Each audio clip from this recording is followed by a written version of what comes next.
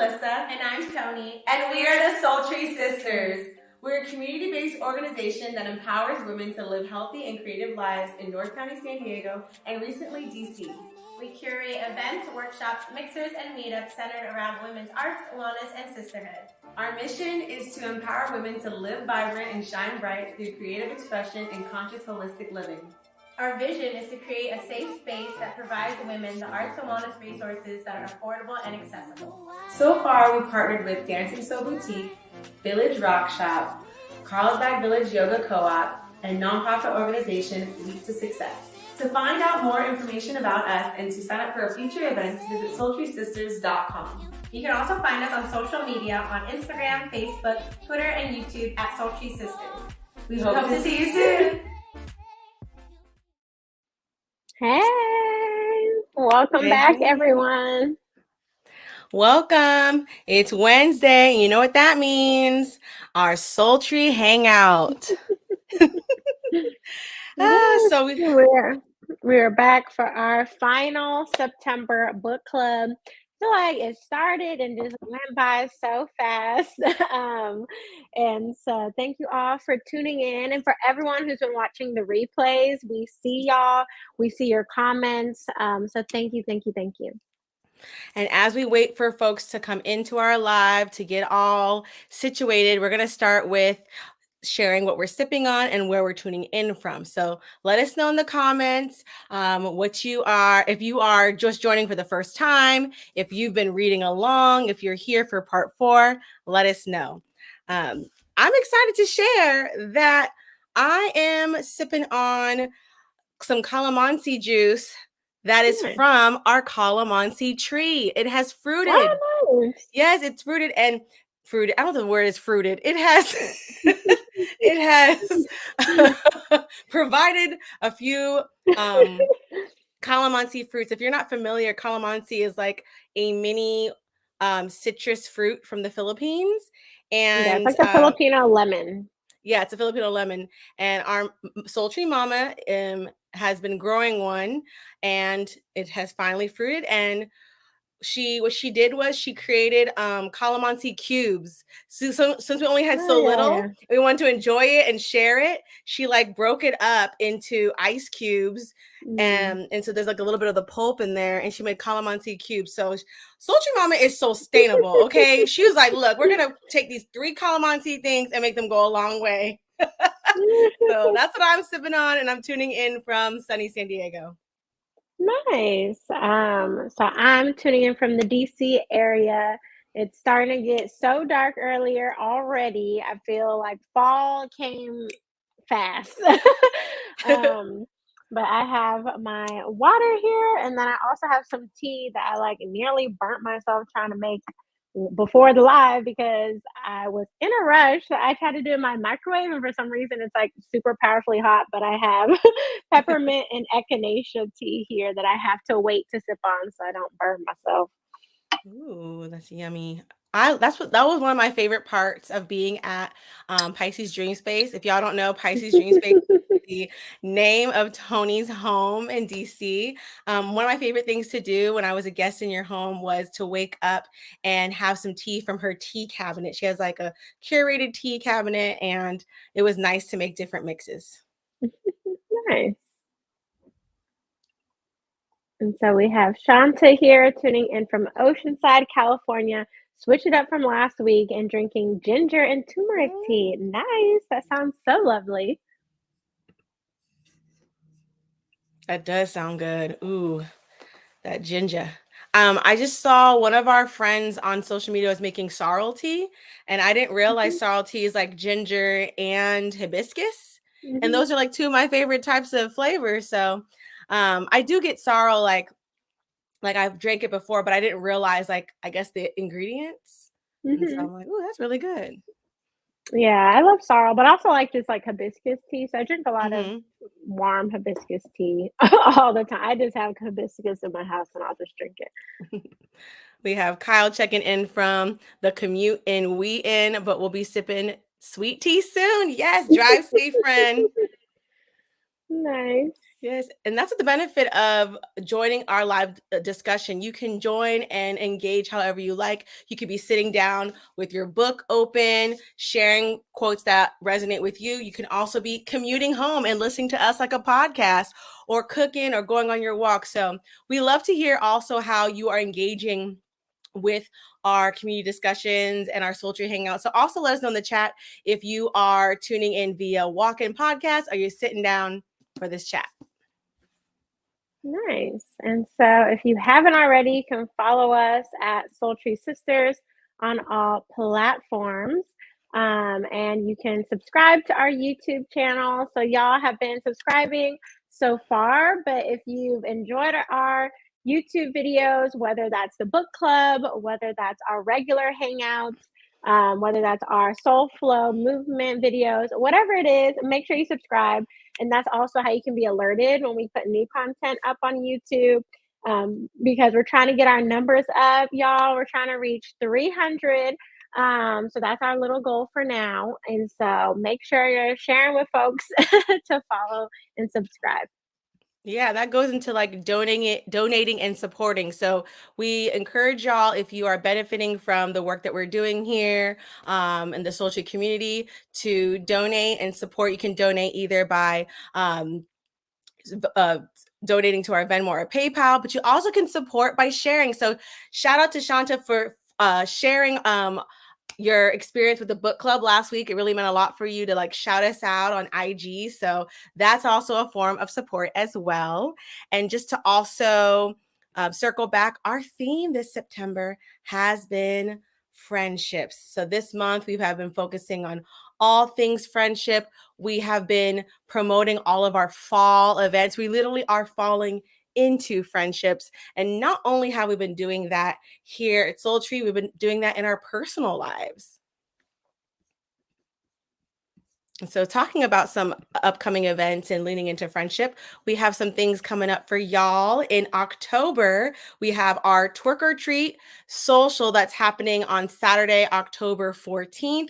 We're going to be able to dance, and we're going to be focusing on Y2K Renaissance. So it's going to be a treat. We're going to dress up. We're going to have a photo booth.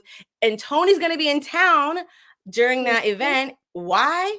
Because y'all, we have a season premiere with Boondocks doc series featuring Filipino creatives based in San Diego. So we figured, since Tony's coming in town for the premiere of our episode with season 2 of Out of the Boondocks, we're like, well, might as well have a party and might as well make it Twerk or Treat social, because we love to dance and have a ball. Yeah, so the premiere, the private premiere that I'm coming home for is October 11th. Then the public community screening is Friday, October 13th. And that'll be at Miramar College in San Diego, and that's free for the community. And our episode will be streamed on the Friday the 13th screening. So if you go to the link in our bio or our website, you can find the link to directly reserve your spot there, because it's a free event, but they want you to RSVP. And then Saturday is our Twerk or Treat. So you can spend the weekend with us, celebrate with us. It's really exciting. And then on Instagram today, Out of the Boondocks shared a clip of our interview. So that's kind of getting us excited for the full premiere. And the full series will open up for October for Filipino Heritage Month. Or Filipino American History Month. Yes. So we're really excited to celebrate with you all. So yeah, go to our website to learn more and follow us to stay updated in these next few weeks. I'll cheers to that, y'all. And so as we're coming to the final part of our Platonic series, we did want to check in with everyone on how are you feeling about friendship now that we're coming to the close of our book club. And has there been anything that's changed since you started reading the book?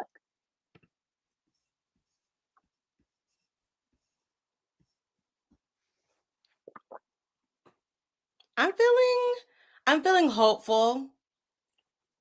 I'm feeling, I would say, inspired that I have tools to have new approaches to friendship.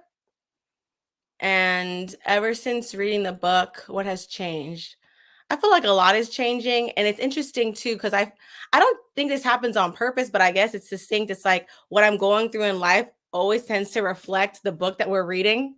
So I think it's like by osmosis. I don't know if that's the right word, but by reading this, it seems that everything in my life is focusing on friendships, and then I'm having more opportunities to like reflect on the book. So I would say, yeah, for me, what has changed since reading the book is just my awareness of what friendship looks like in my life and how I'm showing up in my friendships. Nice. Thank you for sharing. And Kyle shares feeling motivated to initiate more in my friendships. Nice, because that was a whole chapter taking initiative. Mhm. Um, and yeah, I feel similarly to both of you, like a newfound inspiration. I had felt more like energized the last couple weeks to like go places and meet new friends, like to make new friends. And then I had reconnected with some friends as well throughout reading this book. But yeah, I feel like it's just been really helpful and yeah, reflecting on like how I show up in friendships, ways that I can improve as well.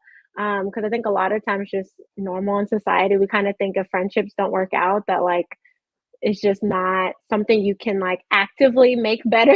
Like it's just a natural, like, Mhm. oh, either they happen or they don't. So the book really helped me know that, like, oh, there is actually steps and different things that you can work on to improve the friendships in your life. And I feel like, yeah, similarly too, is that like I feel like now in this last couple months, a lot of aligned folks have been popping up in my life and showing up in ways that have been really loving and caring and supportive. So I feel like the friendships that I've been seeking for like a long time now, like recently have really popped up into my life. So I'm really leaning into that. And Shanta shares, I feel like I have activated more provoking thoughts on friendships in the past and how I want to move in friendships from now on. Thank you. And oh, one thing I wanted to add too is that this month specifically, I feel like I've embodied or like acted upon friends friends and friendship. So I've like been going to different workshops. I went to a concert by myself the other day for the first time ever, and I made like 2 to 3 new friends there. So, yeah, I feel like through reading this book, it's just all been coming up like naturally Mhm. and kind of flowing. Yeah, I would say for me too, like I inadvertently, like when I think about every week since reading this book, I've hung out with a new connection, like a new friend. And this book has helped me, and like we'll talk about this more during this chapter of generosity Mhm, and affection. Um, it's helped me to I guess pursue those connections and get and feel more secure in my pursuit mhm, and initiation. So we'll get to that as we talk and reflect on the next couple of chapters. But yeah, it's that's what I'm saying. It's like I don't know if I did this on purpose, but maybe my energy has been coming off more open. But I think it comes from, like you said, Tony, the initiation of putting mhm, ourselves in that type of environment to make friends or to make a mhm. deeper connection. Yeah, so I feel like, yeah, it's been a good book to read, and I feel like it has also built upon the previous books we've read. So, like, Setting Boundaries by Nedra Glover Tawwab. I feel like this book talks about a lot of boundaries and attachment, which that book talks on too. Then we talked about different emotions, which Atlas of the Mhm. Heart we had talked about before. And then today, one of the chapters really talks about like love, which we talked about Love. All About Love by Bell Hooks. So Mhm. it's kind of nice too that all our books kind of have naturally been in conversation with each other. We don't always really plan it that way, but it kind of makes sense because of how we do things at Sultry. I mean, I think it goes back to that quote, art reflects life and life reflects art. So we try to be as intentional and with how we lead our book club. So it's nice to know that like we can just trust the process, that whatever book comes our way is the lessons that is going to give Mm-hmm. us tools. And it's also just like I think that comes into like when we talk about like soul care, self-development, I think a lot of what that has in common is like self-determination, and that creating your own agency to pursue those things. It's like manifesting, right? And so I think through the books that we read, we're manifesting like better connections to ourselves and better connections to others. So I think that's reflected in the books that we choose to read. So if you have any thoughts of books we should read next, go ahead and let us know also in the chat. We're always open to hearing your thoughts. Yeah, so we'll get into part 4 for today. So we're covering chapters 7 and 8. So 7 is offering generosity, and then 8, the closing chapter, is giving affection. So chapter 7, offering generosity, we first wanted to pause, of course, like we do, to share how we're all defining generosity. So share in the comments below what generosity means to you, or like what you thought it meant before you read this chapter.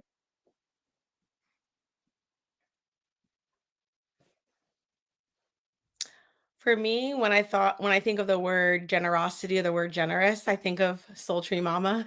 When I think of a person, I think of when I think of the term defining generosity, I thought of people in my life who I felt were very generous with their personalities. So I didn't really think of a definition of like what it is. For some reason, my mind went to like who that is in my life that is a generous character. Well, I guess when you thought of those people, what came to mind when you thought of them?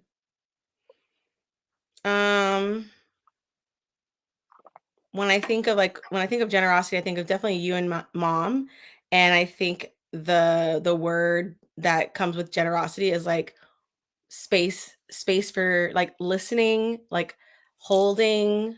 I think of this, this symbol, y'all. When I think of generous, I think of a cup, and I'm able to sit in that cup. Maybe two people seeing each other. That's how I describe generosity. A cup, and the cup is where the people are, and I can fit there too.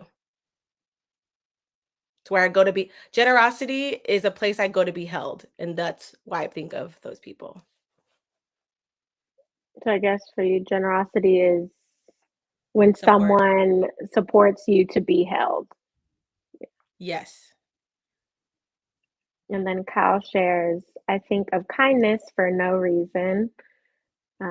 Yeah, I feel like those kind of things I thought of before too, of like someone who's like very giving. Yeah, and I think of generous people, they're like really giving, very kind, thoughtful. I think of with generosity. And kind of like making sure people are good. Like I think with generosity is like when you have those friends in the group that are like make sure like, oh, everyone got water, or everyone got to ride home. Like, are you okay? Do you need to sit with you? Things like that, and like very caring and like supportive, like you shared too. And so it makes sense that this comes up in the book. But I'm not sure if before the book I would have like if I had a friend list, like a checklist of things, I probably would have used other words like supportive or caring, but I don't know if I would have used the specific word generous. So that was interesting to have a whole chapter. I kind of use all the synonyms or the similar words. I don't always say like, "Oh, I love a generous spirit" or something. Right. And then the definition in the book that's given is giving to others without the expectation of anything in return. And that's why I think of like you and mom, because I don't feel like self-conscious when I ask for support. Whereas like for me, sometimes with friendships, I am more aware of the generosity I'm asking for or needing. And so we'll get back into that too. I feel like some of the things is going to be tapped on when we talk about Yeah, I feel that. I feel like growing up and like even as an adult, I feel like generosity of like family members or people I consider family is like a bigger cup than like friends. I do feel like sometimes I ask less of friends or even expect less of friends because I feel like they probably wouldn't be as generous, but yes. The little cup hands. Think of different. It's like those little tiny hands. You know those things they have the little tiny little plastic hands. Yeah. But yeah, I had that misconception, I guess, that like only family or someone could like give this much, and like friends only had so much capacity, which again, yes, we'll get into. Mm-hmm. And a quote we wanted to share to start off our reflections on generosity is people want to stay friends with people who value them, and generosity is a way to express that. So like we were talking about, we never thought of it like that, but as we read this chapter, it's like, oh, that makes a lot of sense why I want to be friends with this Mm-hmm. person, because they're generous. Mm-hmm. And then Shanta shares, I think of a feeling of fulfillment when she thinks of Mm, generosity. Yeah, I like that. Like Alyssa's saying, like that cup, right? Like filling each other's or one another's cup. And so, yeah, when we think of generosity, right, our first things that came to mind so far as a collective has been like positive things. But in the book, she quickly wants to make sure we understand there's a difference between healthy and toxic generosity. mm, And mm-hmm. so there's like a whole section or two on like what makes up toxic generosity, which I appreciated that she clarified. And Right. so one of the quotes I wanted to share is generosity is often confused with self sacrifice. Do until you have nothing left, deny yourself rest, bury your needs. Asking for anything is self indulgence. That was on page 206. And then the very vivid example she talks about is the giving tree. And I think many of us Mm-hmm. probably remember the giving tree from childhood. I feel like it comes up a lot. It's like almost like a proverb type of Yeah. example, I feel like. Yeah. Um, and so essentially, she says that the giving tree valorizes martyrdom rather than healthy generosity. And so she was saying martyrdom is like, again, like you just give till you have nothing left. You give, give, give. And well, let me pull up the whole excerpt that she Yeah. shared. From that, and then from that book, unfortunately, we've learned from a young age to sacrifice ourselves for others. Like that is it's Mhm. a good attribute to give so much of yourself. Like that is like a goal to give till you have nothing left. And I thought that was interesting because I definitely feel like that was something that I've been conditioned to think like, oh, when you're such a giver, like you give like all of it. When someone asks you, Mhm. can I have a piece of your sandwich?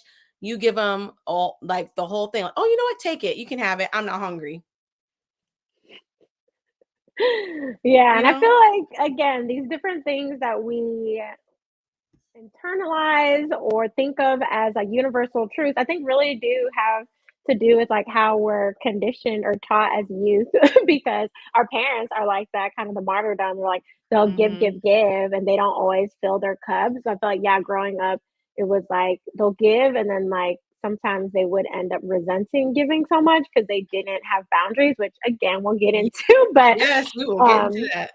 but so for the giving tree, the story goes on page 207. The story goes, a tree loved a boy, so she gave to him. The boy took her leaves to make his crown, climbed her trunk to eat her apples, and slept in her shade. When the boy got older, he rarely visited the tree, but when he did, he didn't want to play with her. He wanted to make money. So the tree shook off all her apples so the boy could sell them. When he returned, he wanted a house. The tree offered her branches for the house. Old and sad now, he wanted a boat to go far away. The tree offered her trunk for a boat. When the no longer a boy returned for the last time, the tree said, I wish I could give you something. I have nothing left. I am an old stump. The man just needed a quiet place to sit, and the tree invited him to sit on her stump. And the boy did, and the tree was happy. And that goes into the next quote I wanted to share is that when the giving tree is our paragon of generosity, we learn the right way to give is to the brink of ruin, right? So again, it's just like just give, give, give, and you have nothing till you're depleted. And that's like you're just so, honorable person because you gave everything you have, the clothes off your backs. But this chapter is reminding us that, that's actually not always the best way for ourselves, right? We also have to Mm-hmm. honor ourselves in these friendships if we want to sustain Exactly. Um, just piggybacking on that quote that you shared, the brink of ruin, I wanted to share this quote. is when boundaries trigger this guilt-trodden monsoon, it is easier to just say yes. Anything is better than the agony of guilt. And so I want to share that too. Like we had like, because for me, it's like makes me feel better. Like, okay, like we've been conditioned to feel this way. And this is also why, even though I know and hear this now, I have some feeling of like, but what do you mean? Like, I can't just switch it up. I can't just turn it off like a light switch. And so I want to talk about like on page 205, she shares the following are some examples of how to be generous with friends. And I'm going to share like what she gives an example of generosity, but how, you know, it would go into a toxic generosity.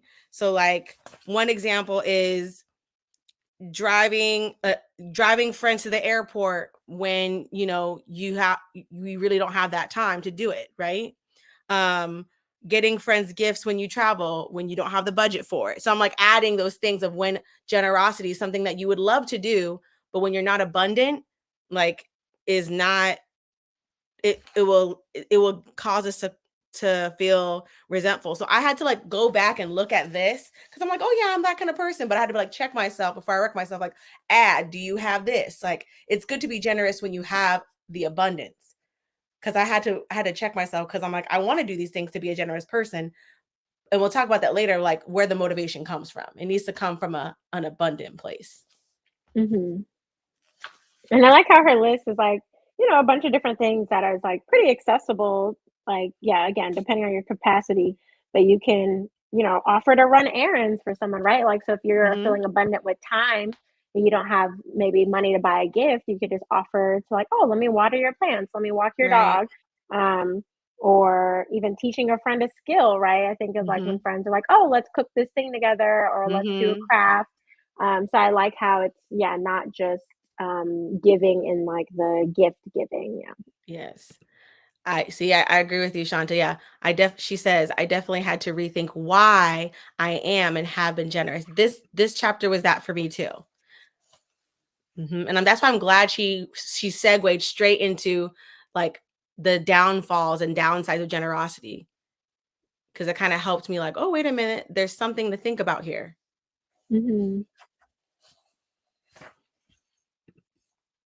And then the next thing I wanted to talk about is generosity versus fawning. I thought that was very important to talk about this because, you know, this whole book is about like the science of attachment and how we keep and make friends. And so when we're thinking about being a secure, insecure friend, that plays a role in how we show up. But so is this term fawning. Let me go to that page. And so, yeah, she wanted us to understand, like, when we're being generous, like talking about toxic generosity, is it because we're coming from an abundant place or is it because we're fawning, which is a survival, being in survival mode? Let me find it. Yeah, because she says essentially when you are in survival mode, you either fight, flight, freeze, and then another option is fawn.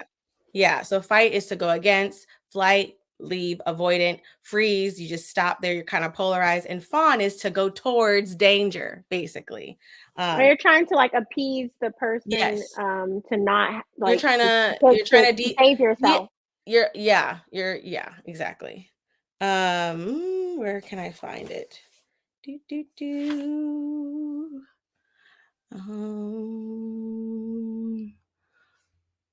Where is it? Oh. Yeah, fawning is a survival strategy. Fawners like Melody. So she was giving an example of a story of someone learned the way to be safe or valued is to accommodate. Y'all, full stop. I was like, oh my gosh, I feel seen. The way to be safe or valued is to accommodate. And what other choice do they have? You know, so she learned as a kid, fawning softened her father's wrath. I can definitely identify with that. So and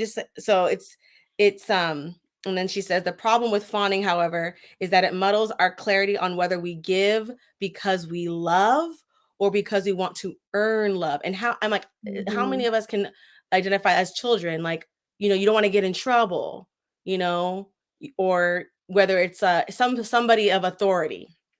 When we fawn, we often give to people we don't even like, but who we want to like us. So what's interesting is something that thinking of fawning as a survival strategy. Like she also said, acknowledge you did that to survive, aka your household. But now as adults, it's it's a way for us to check in, like, well, I don't need to do that anymore. And she was saying that here, like, I can change that. I don't have to fawn. There's other ways I can go about, I don't have to just, that's not a survival strategy that is necessary. So I thought that was, for me personally, I really resonated with that example.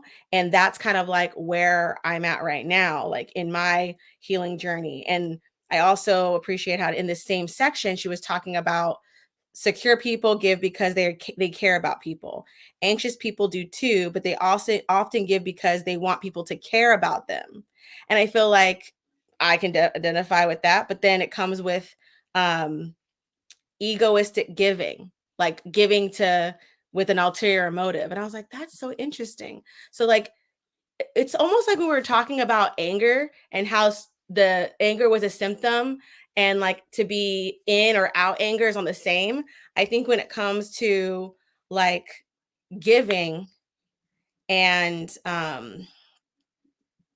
fawning, they're on the same. They can be on the same side when it comes to being anxious. Like it's a symptom of being anxious. Yeah. So that's something for me, like that really came up for me, and I had to full stop, reread, and think about how I can let go of some of those things. Yeah, and I Some think of as like behaviors. adults, that can show up like if you're in a friend group where it's kind of like there's like the alpha mean girl, and like you don't actually really care about that person, but you're trying to do what they say or do nice things for them. So like you are still within, like, accepted into this like cool in group. And I feel like that's common. There's like a lot of movies and TV shows about that, of like the popular girl group is like doesn't all like agree with the like main girl, Mhm. but they don't say otherwise, and they still like will go bend over backwards for her. Yeah. And so I think it shows up a lot of times like that too, and like to self reflect on like, okay, yeah, Mhm. are these friendships like mutual? And we'll get into that in a little bit too. Mhm. To make sure that your generosity is coming from a secure place and not because you want other Yeah. people's approval. Yeah, another thing I feel like when we're talking about like generosity and toxic generosity, what it can look like is those one-sided friendships she talked about, like when someone's always expecting something out of you, like like they're calling you to talk about their things, but then you don't get to talk about your things. Like, oh, someone will call you because you're so generous. Like whenever I call you, just listen. But when it's time for you to say, my day was actually, I gotta go, girl, bye. Like that's an example for me. Like I think about like, oh, that can be an act of where a boundary is being crossed and someone's taking advantage of the generosity of someone. Hmm. And so opposite of that, she talks about new age generosity. And new age generosity conflates generosity not with the selflessness, but with being taken advantage of. So I was like, oh my gosh, I've been in that position where I realize, oh shit, I'm a generous person.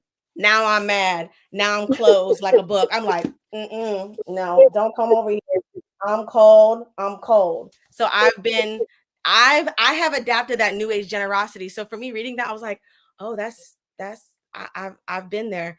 I feel like sometimes I still be swimming in that water, but now knowing that now where it comes from, I feel like I can start to warm up my waters now and not be so new age. But I thought that was really sassy how she's like new age generosity. I was like, that is true. And she talked about like um how people will say like if you call someone, they're like, I don't have the capacity to do that right now. But then when we have healthy generosity, we will consider for a good friend, like, hey, can I call you back in 5 minutes?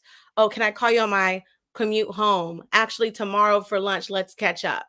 Like there's ways to honor ourselves, but not be so I ain't got time for that. No new friends, Drake type energy. Hmm. And Kyle shares, toxic giving can also be manipulative. Fawning is a threat response.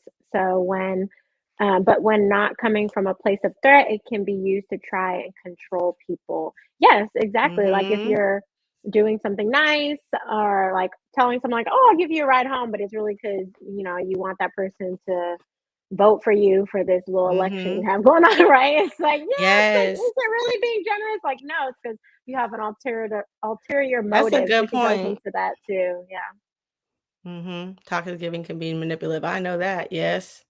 And then another quote, the problem is if you're not giving to express love, but to earn it, then you'll give to the wrong people. That's Hmm. 212. Then you'll give, where is it? I wanted to say the whole thing.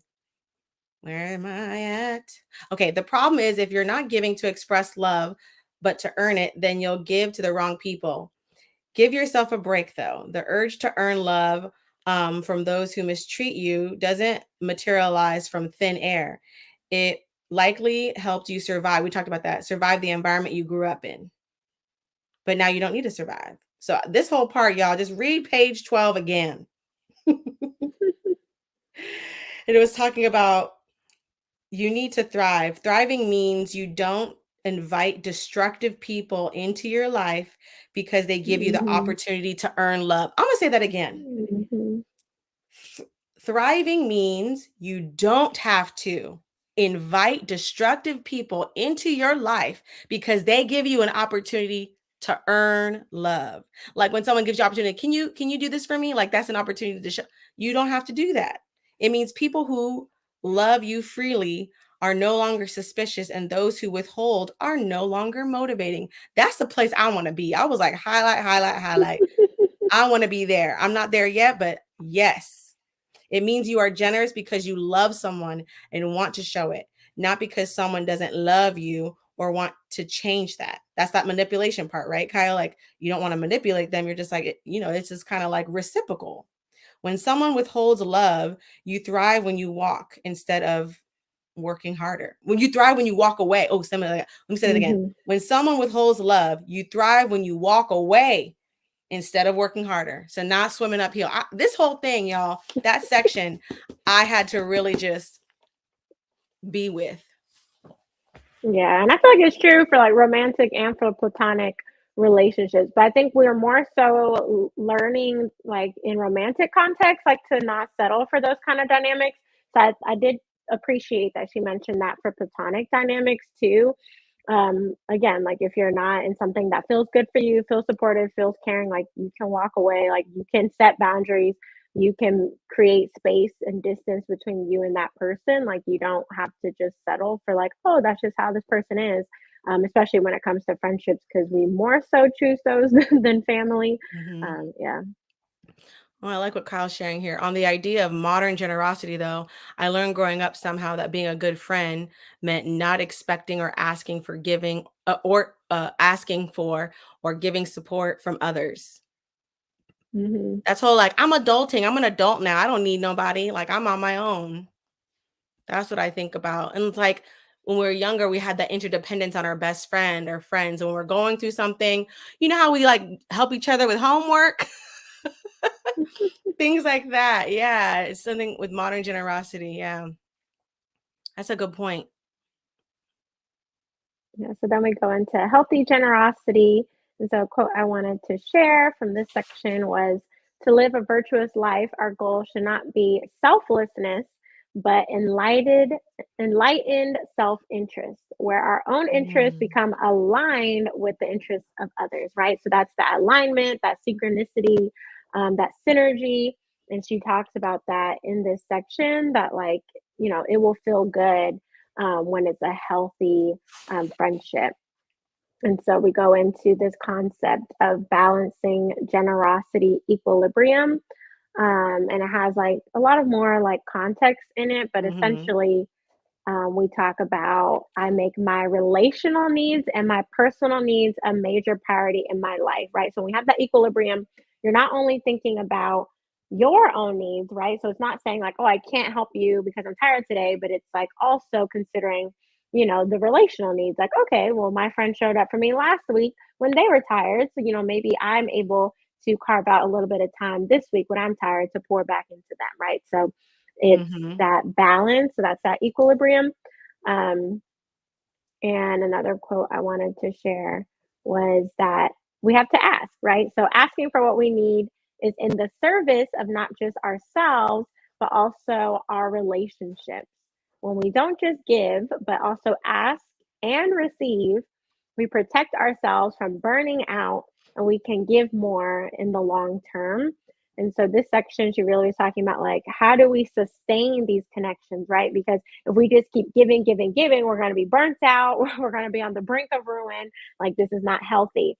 So this section, we really were talking about like asking for that. And she was like, it's not a bad thing to be like, hey, I'm going through this tough time, just got fired from my job. Like, can we hang out once a week, while I process? So I thought that was really important because, again, I feel like with that modern generosity, we're kind of like, oh, I don't want to burden other people. And then, especially with this like technology era, I feel like with social media, you're like, okay, well, I guess I get a little bit of support from like these glimmers of connection. But I feel like this section was like, no, just ask for what you need. And like the examples in the book is like, be surprised that people actually will show up for you. Mm-hmm. This quote like made me think and realize, and through this book, like just like you, Shanta, I've been reflecting on my past friendships, and I realized generosity burnout is why a significant amount of some of my friendships had ended. And it wasn't because that person was like, super bad to me. It was because I was so generous. I was a given mother freaking tree, y'all. And I just had nothing to give. And when I think back at those, I was like, I literally just had nothing to give, which is why I end up like fully ghosting people. Like, and I'm saying this, I'm being super transparent because like I want to really, really move through this, like, and heal through this. It's like I have ghosted friends because I literally had nothing. And it comes from that burnout. It doesn't come from like I'm trying to hurt them. Like I don't even have bad feelings for these people. I just have, and I had nothing at that moment in my life. And I had to take a break. I've come back to some of those friendships later, like after like years sometimes. But I never knew, I never could articulate like what had happened and where I'm at now. And I think a lot of it had to be, I learned boundaries during that period of time without that friendship. And now I'm realizing how I can avoid that happening in a new relationship or the same friendship. Is this how balancing generosity equilibrium? So if you identify with that kind of experience, do not feel bad if you've had to ghost a friend or whatever, because that with that giving tree, you just literally have nothing left. And sometimes that's really the case. It doesn't mean someone's bad or good, or sometimes it is that case. But my personal story with some of my friendships that have fallen is because of that. And Yeah, I and I want to think take all these ownership. Yeah, I think all these examples also just share, yeah, it's like if you're self-aware, like that journey to self-awareness, like you'll be able to advocate for yourself to be like, actually, I don't have the capacity to do XYZ thing. And then hopefully the other person in the relationship too would have self-awareness to be like, oh, I'm actually asking for a lot right now. Like, are you good? Like, what do you need? So I think that's what is that balancing act of especially Mm-hmm. adult friendships is that our capacities Mm-hmm. will be very different at different parts of our Mm-hmm. lives, right? Like some of our friends have kids. Some of our friends are married. Some friends live across the world. Some friends, have to care for people in their lives because they're sick. Like, so I think that's what's also hard about adult friendship. It's not like when you're kids in grade school where like you You're all doing kind the of have same the same thing. things Yeah. going on. It's like literally I have friends with like a bunch of different capacities and it's just challenging at times to be able to communicate that and to make sure that your needs are met at the same time. Which goes into the next quote I wanted to share, which is the most generous people give themselves permission to ask for what they need. On Mm-hmm. page 219, right? I'll repeat that again. The most generous people give themselves permission to ask for what they need. She's saying the most generous. So she's not saying like the most selfish people, because right, I feel like in society we conflate asking for what you need with being selfish. But Yes. she's like, no, this is actually how you're truly authentically generous is that you make sure that it's mutually beneficial. And so she goes through an anecdote about Mm-hmm. people who won this award in Canada. for being like a generous person. And when the interviews from the people was like, oh, if I did a generous thing, it also served me in some way. So like let's say they organize like a 5K or something, it's because they love running and they wanted this award. So it's like they don't just give out of thin air. It's like actually to make sure their own needs are met, but there's still a balance act where it's not self-serving completely, but it has to make sure that they're being poured into while they're doing the thing for their community. So I thought that was a really important part that she highlighted, was that it's okay for when you give to someone to receive something from that interaction. Because I think a lot of times growing up, I was Yeah. like conditioned that like if you give, it needs to just be like, oh, all for that person, and then maybe a different time it'll be for you, but it can't be in that same thing you ask, like, okay, I'll watch your dog, but next week can you water my plants? Like I didn't learn that kind of generosity. I just learned that like Yeah. to just do the thing and ask no questions or don't make any comments or concerns out of it. That is so true. Like, and when I think about this new visually, I guess I'm doing all these symbols now. When I think of, now think of this, or the recycle sign, the circle.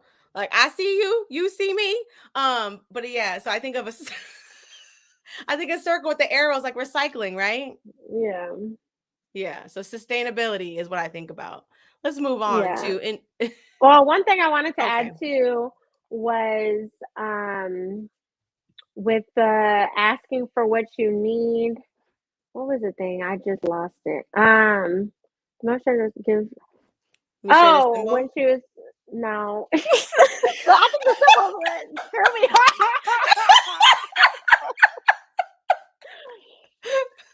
It's like the mutuality, the mutual beneficial part is Yeah, that mutuality. no, there was something I was gonna say. It's fine. We can move on, and then hopefully I'll remember later on again. Mutuality. Is that what you on? No, we're going on into Okay. individualistic and communal boundaries. Um, I really liked this because with the book we read, Set Boundaries, Found Peace, we learned about our individual boundaries. So I liked how she had this other perspective with this communal boundaries, and not that that wasn't touched upon, but the way she was contextualizing it, I really appreciate that. okay, I remember now before I forget. So Hmm. talking about asking for what you need, yeah, that's not really something I tend to do unless it's like, I guess, dire times for myself. But when I was in the process of moving, I was on my local Buy Nothing Facebook group, and you just post things that you want to give. Like it's like it is the embodiment on Facebook of generosity.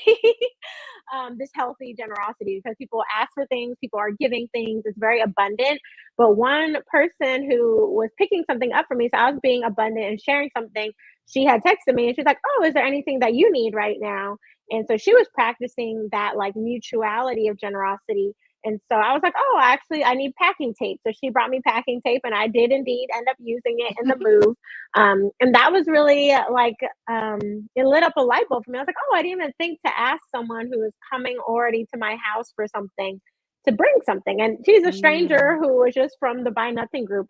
So I felt like that community really does mm. embody this healthy generosity and this equilibrium. It's very like, okay, someone's gonna bring this. Oh, I can do this. Oh, can I drop it here? So that's what I appreciated about like this recent move, had kind of showed me what that can look like in my adult life. Thank you for sharing that. I mean, it's been nice to hear your experience with the Buy Nothing group in DC. Mm-hmm. Like, I remember, like, Janelle, one of our Soultry sisters, she shared with me, like, the app, and I looked up, and I've never used it. So it's been really cool to, like, see you use it for your move, but also hear how it's, like, also creating this understanding of mutuality and generosity. That's really cool to hear, Tony. Yeah, and it seems like they kind of embody those values that we're Yeah. learning in these different books. But yeah, so going over individualistic and communal boundaries. At first, I want to kind of just share what we mean by communal, right? So she talks about on page 222 that Mhm. communal relationships are one where we give benefits in response to needs to demonstrate general concern for the other person, right? So it's Mm-hmm. communal in the aspect that what we're doing, what we're giving is to benefit another person. And then there's that reciprocal, that cyclical Mm-hmm. relationship that we've been talking about.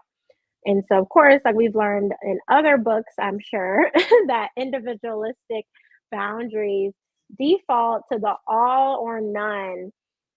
So, given my current state, I can't offer you anything, right? That's what you said you experienced, like a lot of your Mm-hmm. previous friendships, right? That's that individualistic boundary setting you were doing. Is like, oh, my current state, I can give you no more. So, therefore, I need to stop this thing. And so she's kind of pushing us to rethink that and unlearn some of that, Mm-hmm. to then shift our thinking into communal boundaries, which she defines as communal boundaries require us to ask ourselves, given my current state, what can I offer? Right. So instead of being like, I just can't offer anything, it's like, what can I offer? Maybe you can offer a listening ear. So if your friend's like, oh, can you come over and hang out on Saturday? You can be like, oh, I can do a phone call. Or, oh, here's this, resource that's going to help you do the thing you need to do. Um, Mm-hmm. so I appreciated just that. And she had a few other questions that she listed in that section of like how you can kind of process and work through if someone is, if a friend is asking you to do stuff, how you can make sure that it's like actually what you want to do and you have the capacity and Mm-hmm. the energy for. Because the author as well, Dr. Franco, talks about like being in many situations herself where she felt like she Mm-hmm. gave too much and just ended the friendship. So this section, she really was talking through how she's kind of learned to show up within her own boundaries. Yeah, I also like how she said like communal boundaries, mutuality are not meant to protect the self. They are meant to Hmm. protect a relationship. I was like, Hmm.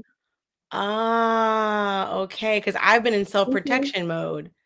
Yeah, like in the Hmm. past, I go, ooh, shut down. I can't have no more. But this one, Hmm. it's like with communal boundaries, like, hey, I wanna be there for you.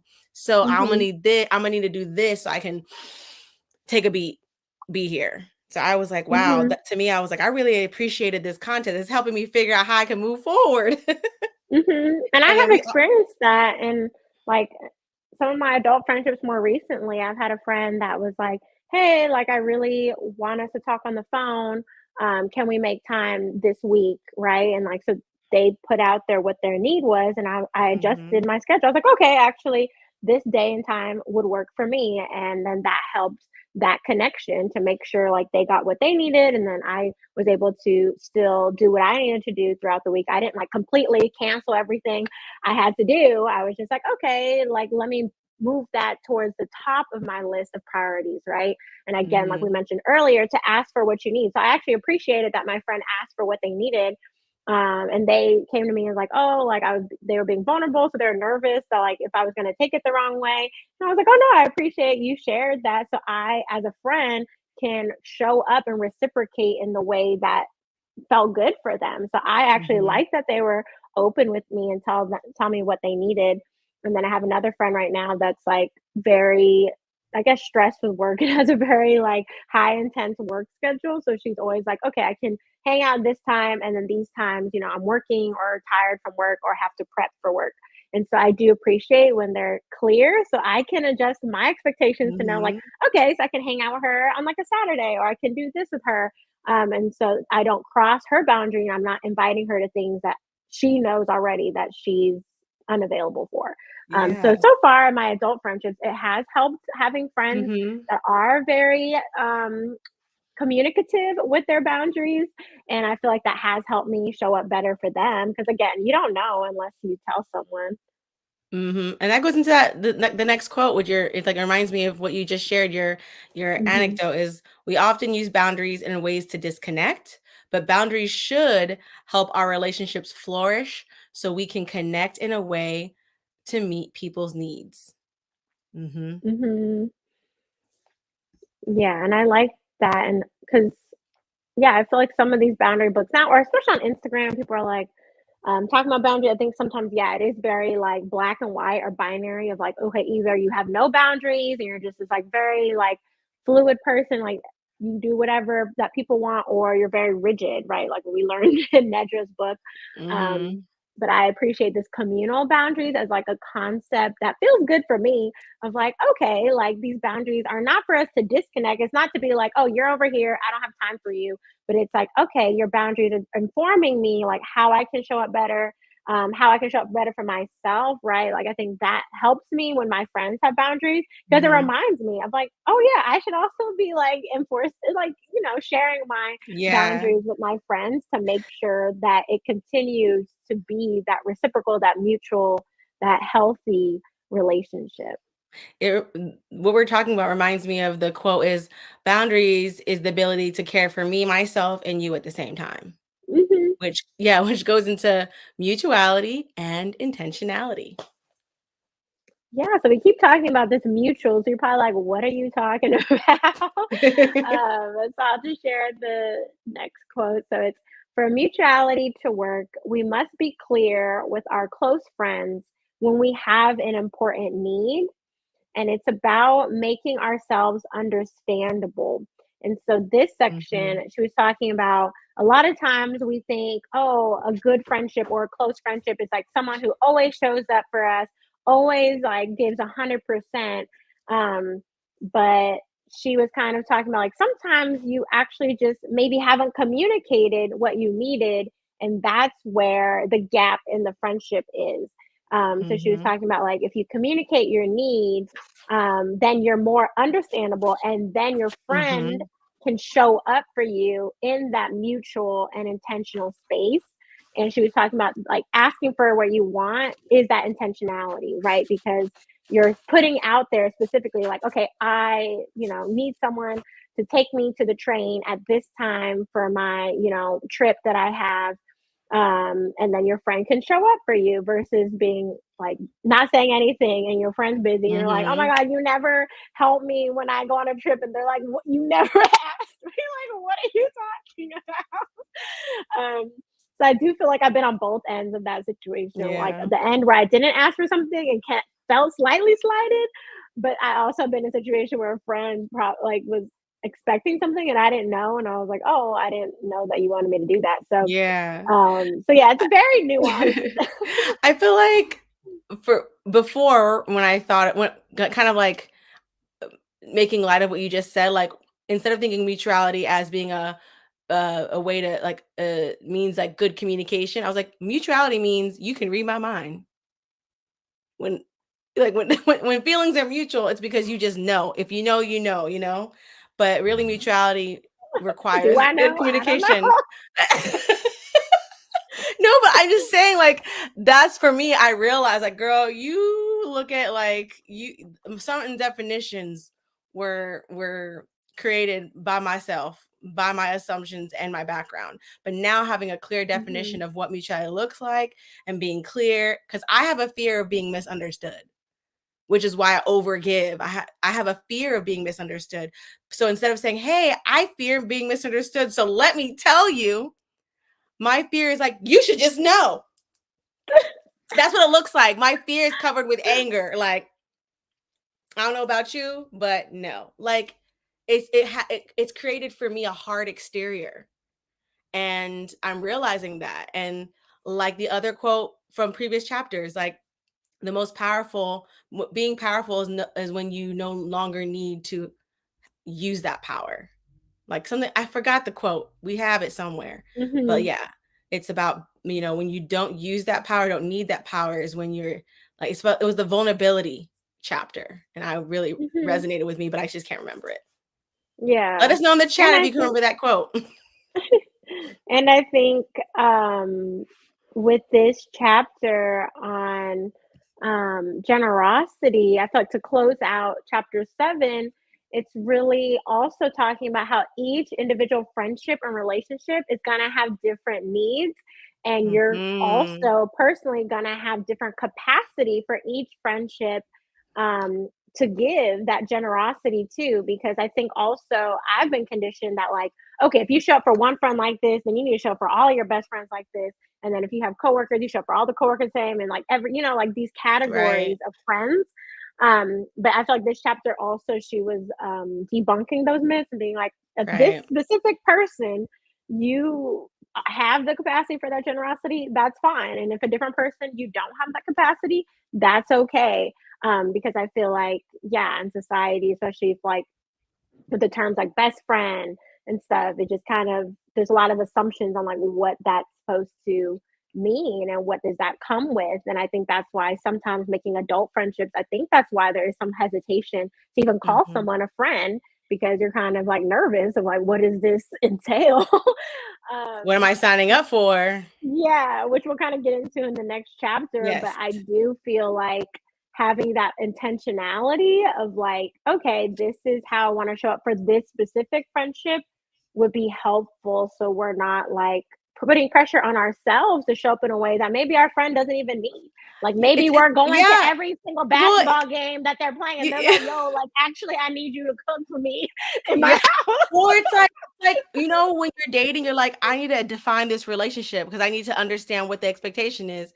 I want to invite all of us, y'all, to think about what would look like to define our friendships individually, not as when I'm a good. I wrote that down somewhere, but I think that might be for the next chapter. I think I'll just save it for the next chapter. But one thing I wanted to read through before we go on to the next chapter is when we talked about individualistic and communal boundaries. I just want to read off that list again, just so we're all on the same page, because I know not everyone has the book in front of them. So it's on page 227. Yeah, 227. So an example of an individualistic boundary is I prioritize my needs, versus communal is I consider both our needs and prioritize whoever's needs are most important. Individual is I don't offer anything if I'm exhausted. Communal, I evaluate what I can still offer despite being exhausted. Individual, my boundaries are the same, no matter the person asking or the urgency of their needs. Communal, my boundaries shift depending on my relationship with the asker and the urgency of their need. Individual, boundaries are used to protect me. Communal, boundaries are used to protect the friendship. Individual, I consider my boundaries without regard for other persons. Communal, I welcome my friends' boundaries since I am invested in their well-being. That part. Individual, I never self-sacrifice. Communal, I self-sacrifice when a close friend is in need. Individual, when my needs conflict with the friends, I prioritize myself. Communal, when my needs conflict with the friends, I assess if there's a way to meet both our needs. And I feel like that was a major takeaway from this chapter for me as well, was that like thinking of not only our own well-being, but our friends' well-being, right? Like if we love them, if we care for them, if we support them, if we want what's best for them, their well-being is important too. So sometimes they're going to be in crisis. Sometimes it's just a really important thing that they need from us, and that's okay. And that's where that equilibrium, that fluidity comes from, not the binary of like, I need to give you all, but it's like, okay, maybe I can do this one thing. Maybe I can call you in the morning to help you get up for your plane. Since I can't give you a ride to the airport, right? I'll call you to make sure you don't miss your bus there or something, So it just helped me kind of open my eyes that like, okay, like these things, it doesn't have to be, I guess, like rocket science, right? It's like, you can welcome someone's boundaries. It's like, okay. And like, I feel like to close out like our reflections on chapter 7, generosity, I want to share this quote. Mutuality is how we balance selflessness and selfishness. That's what Tony's talking about, that honoring self and honoring the other, the community, the communal boundaries. So let us know what was your major takeaway from chapter 7 as we segue into chapter 8, giving affection. You know what song I thought of? Giving him something he can feel so that he knows, or they know, this love is real. So let us know if you like to create songs for each chapter. I know we usually do have a playlist, so we'll get a playlist going soon. Yeah, we'll get a playlist, and that will be this chapter. Comment in the chat if you know the artist. of that song. So first we're gonna start. What is affection? So you can also comment below in the chat what your thoughts or definitions were for affection before you read the chapter, or like what you've been taught, like what affection means.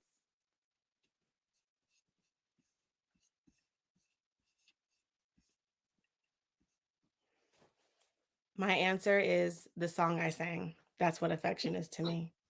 I'm Giving you gonna something you can feel. giving. I'm giving you something you can feel. When I think Mhm. of affection, I think hug, touch. Tempted to touch. That's another one. I'm putting in Yeah, the I chat, think of y'all. affection as, yeah, like showing someone you care about them. And I feel like affection, yeah, it's usually more like gushy gushy, cheesy kind of. No, it doesn't have to be cheesy, but I think of those things of like, oh, giving someone like flowers, like when Yeah. you show up to like their show or something, or giving someone a big hug when like you Mhm. see them. Yeah. I think of those kind of things. If you don't identify affection to actual touching, it's when you go, "That was touching. That behavior, that gift was touching." But she, in the book, describes it. Our author, Marisa G. Franco, says affection is an expression that makes another person feel valued and loved, such as warm greetings, compliments, encouragement, praise, or appreciation. Page 239. Yeah, I and can so agree. reading this and like learning that it's like compliments and encouragement, and praise, I was like, oh, okay, I do this a lot to my friends. I'm not, well, I do hug my friends and stuff, but I feel like I do a lot more of like words of affirmation. So I do tell friends like, I do this like whether I'm going on a romantic date with a potential lover or a friend. Like after I hang out with them, I always text a person like once I get home, like, "Oh, that was so fun! Like I loved like us or doing like whatever we did. Like I hope to see you again." Or like Mhm, I just love mhm. when we get to hang out. Like the energy is always great. Um, and then also recently, like if I know a friend has like an important thing coming up, then I try to either wish them well before or like check up and follow up with them after the thing happens to be like, oh, like, how was it? Like, I'm sure you did great. So, those kind of things also fall into affection. And we got Kyle contributing to the chapter songs, Love Song by Rihanna, and he was like, we know who you're talking about.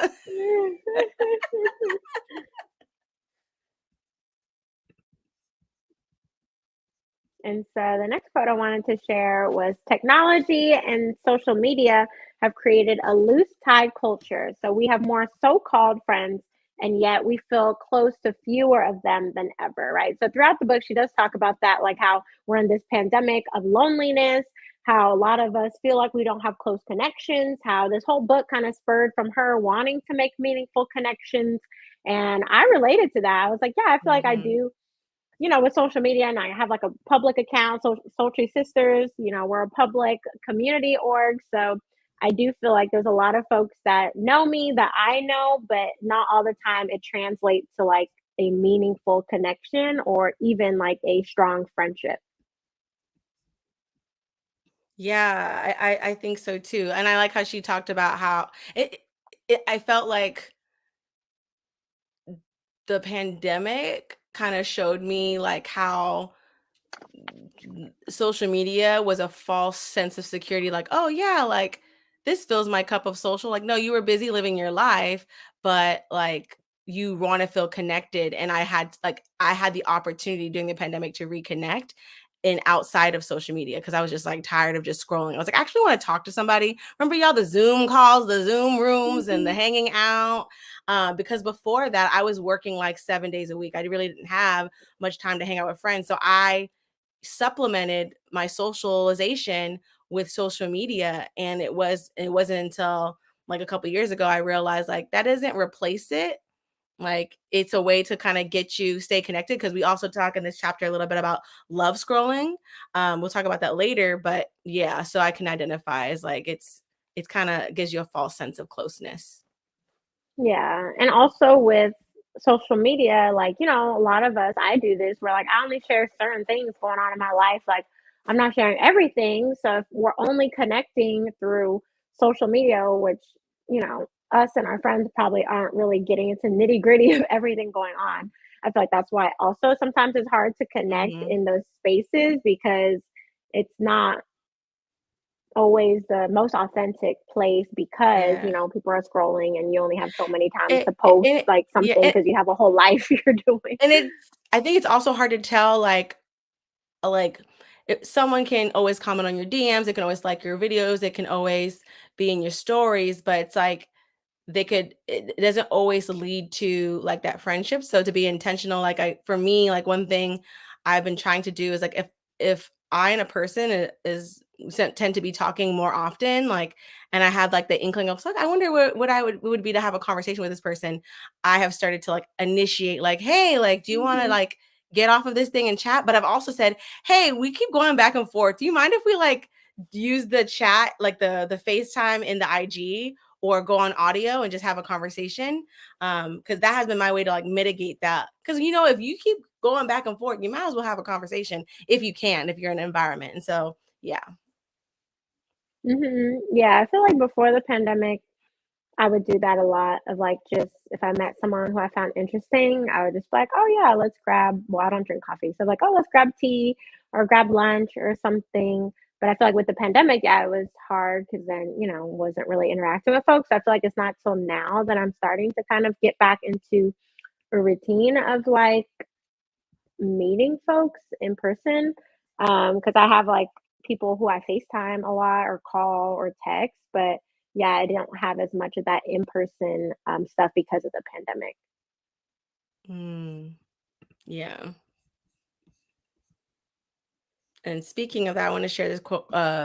This quote. There are So also, when it comes to affection, if you feel like I'm not really an affectionate person to my friends, that's okay. And she shares this quote: there are qualities inherent to friendship that prevent us from expressing affection to friends. By nature, friendship is less formal, aka Facebook friends, more wild and more versatile than romantic relationships, like we were talking about earlier. Like people want to define romantic relationships more than they wanted to define, hey, we've been talking online. Do you want to intentionally like get closer and become friends?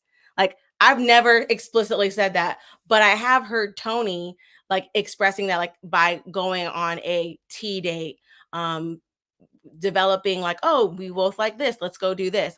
I had that model to me from you, Tony.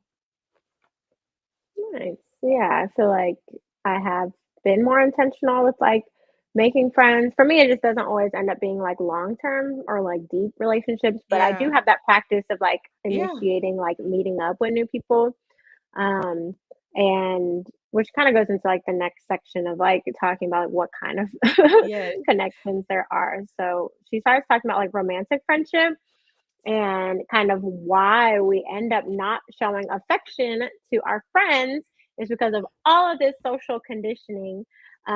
But first, I'll share that this quote. So, we feel platonic, which is appreciation and liking towards someone, romantic, which is heady passion and idealization of someone, or sexual, which is desire to have sex with someone, love separately. So, um, if we're romantic with someone, that doesn't mean we have to be sexual with them, or if we're sexual with someone, that doesn't mean we have to be platonic or romantic. Which so I appreciate these distinctions because this Mm-hmm. book, right, is called Platonic. So we're talking about a specific type, right? So she's talking about appreciation and liking towards someone, but that also can be added with romantic, right? And I feel like that's this section we're kind of debunking some of those myths that romance and platonic can't coincide.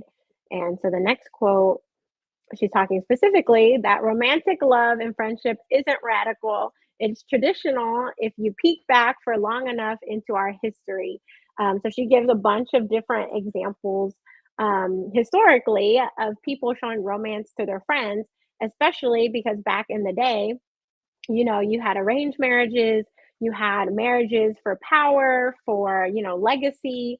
Um, Me and Alyssa before we talking about like Bridgerton, you know, you think of if Yes. you watch Bridgerton, how like, you know, it's very strategic what kind of marriages and relationships that they legalized through the process of marriage, right? Because some of the characters would have like flings or deep friends or whatever, but who they got married to was because of like, money, power, privilege, things like that. Mm-hmm. And so, with this history in the world, then our friendships were where we showed our romance because we chose the friends, right? We can get deeper Mm-hmm. with friends. We could go on trips. We can write letters to them, long love letters to our Mm-hmm. friends, and do all these things.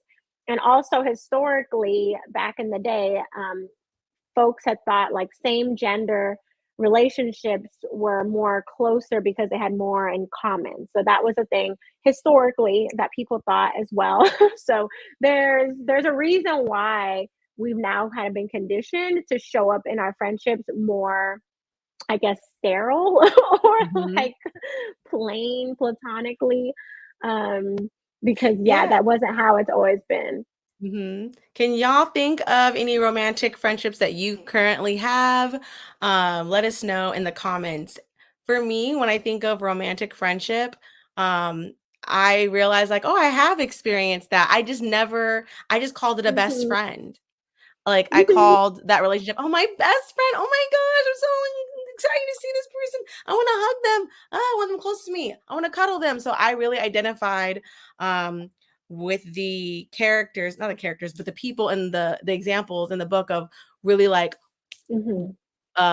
outwardly showing the excitement and demonstrating that. So it was cool to learn that that feeling of romantic friendship was traditional. Like we have a history of it. And brings me to this next quote is when we pretend romantic love is abnormal in friendship, we leave ashamed and confused by the deep love they feel for friends. And I Hmm. was like, oh man, that's so yeah. So I I hope that more people in the world, especially when we think about All About Love, I think that book was also Mhm, talking about having love for friends and how love is just inclusive of all relationships. It's not just specifically exclusively for our romantic or sorry, our I guess because you were saying romantic friendships, but romantic interests that involve sex, if that makes yeah, sense. yeah, and also I think with this romantic love, it can be showed differently as well, but I think there's just this whole mystical element. We think romance is like, I don't know, right, like a fairy tale of Prince Charming, but it was like recently in the last couple of years that I thought about it and I was like, oh, I'm very romantic to my close friends. Like essentially the outings I plan for my friends, if it was like someone who I was dating, then it'd be considered a date. So like I take my friends to concerts. I take my friends for picnics in the park. I take my friends out to eat and we'll treat them to dinner to celebrate them getting a promotion. Yeah. Um, like different things that I'm just like, I'll get a gift and be like, oh, I just thought of Mhm. you. Here, sending you a book. And it's Yeah. just like, oh, why is that? Like, I feel like people just don't, we don't, what do you call it? Like, categorize it as romance. Yeah. But if a significant other does that, then it's romantic. So it's like, okay, Yeah. if I give my friend a flower, why is that not romantic? But if I Yeah. give flowers on Valentine's Day, then it's like the pinnacle of romance. It's like, Yes. so you And are I romantic. yes, exactly. Well, that brings me back because so I want to say two things about that. One, when I was catching up with some friends and I hadn't seen them in a long time, they're like, "Are you dating?" I'm like, "Yeah, I'm actually dating." They're like, "Oh, who are you dating?" I'm like, "I'm dating my friends." They're like, "What?" I was like, "Yeah, I've been going on dates with my friends and doing cute things." And they were like kind of off put by it, like that doesn't make sense. And it made me feel like kind of self-conscious. And so I just stopped talking about, I just didn't use those terms anymore. But as I'm reading this book, I'm like, oh no, like I do appreciate romantic friendships. And that's why like we celebrate as Sultry Sisters Galentine's Day every Mhm, February to like normalize that romance. And so the reason why I came to know Galentine's Day is I was in college 2010. We were watching Parks and Rec. And that's when I learned about Galentine's Day with my good friend Hope. And she was like, will you be my Galentine? She asked me like how in the book, like you get asked. And I mhm, was like, yes, I'll be your Galentine. And she brought me like sunflowers and chocolate, like, and I was like, okay, well, we'll go. And to me, it's like, and I got her something, and I remember feeling so like, oh my gosh, like giddy, just as much as I would feel giddy if like a person I was interested in a different, well, I guess it is romantically too, but like someone I'm also sexually attracted to would do that. But I felt the same benefit of the romance from my friend. And I was also, because in college I was single. We're like, man, forget these people that aren't giving us reciprocity. We're going to date each other. Like we literally joked, like we're going to date each other. And we did. And that's why we started celebrating Galentine's. And so then with Soultry, we decided to make that an annual thing. So if you've been a part of our community for the past few years, since 2019, every February we have a Galentine's event, because we do value that romance. I mean, me and Tony, like we do nice things for each other. And I just feel like it just means like we are thinking of each other and wanting to like, appreciate each other in cute ways. And show that affection that we talked about last Yes. chapter, right? Like going on hugs. dates, giving, flowers, sending sweet notes to friends, like that can be showing affection, right? And in the book, in this chapter, so she does explicitly talk about Parks and Rec and how Valentine's Day was created through that show. So I appreciate that she inserted that pop culture history there. That was awesome. And then also I appreciated the whole story of Rachel and Gabby in this chapter of just showing their romantic love for each other as friends. So they cuddle, they literally propose to each other to spend, and commit their lives to each other as friends. And they've been like through different life challenges and life, milestones with each other. And I love that. And I love to see that.